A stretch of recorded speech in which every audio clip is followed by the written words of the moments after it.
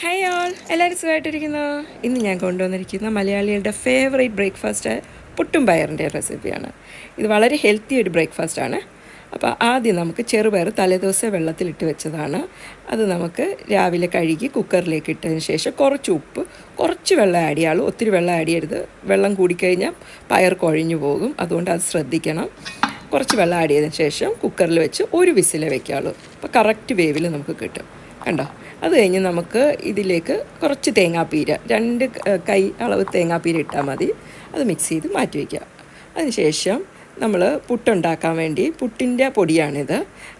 അരിപ്പൊടി കിട്ടും, പുട്ടിനുള്ള പൊടി കിട്ടും. അത് വെച്ചാണ് ഇത് ചെയ്യുന്നത്. ആദ്യം കുറച്ച് ഉപ്പിട്ടതിന് ശേഷം ഇങ്ങനെ വെള്ളം ചേർത്ത് പതുക്കെ ഇങ്ങനെ മിക്സ് ചെയ്യണം. ഇങ്ങനെ പ്രസ് ചെയ്ത് നോക്കുന്നു. അപ്പോൾ അത് കട്ടിയായിട്ട് കണ്ട ഇതുപോലെ ഇരിക്കണം.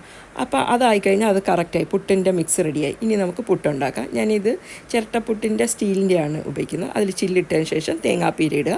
അത് ഇനി മിക്സ് ഇതേണ്ട ഇതുപോലെ പതുക്കെ ഇട്ട് കൊടുക്കാവുള്ളൂ.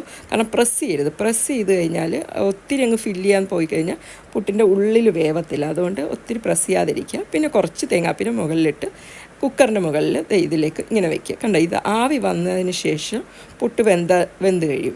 മേലിൽ ആവി വന്നതിന് ശേഷം എടുക്കാവുള്ളൂ കേട്ടോ. അതിന് ശേഷം കണ്ട പുട്ട് റെഡിയായി കഴിഞ്ഞു. ഇനി നമുക്ക് പയർ വയ്ക്കാം.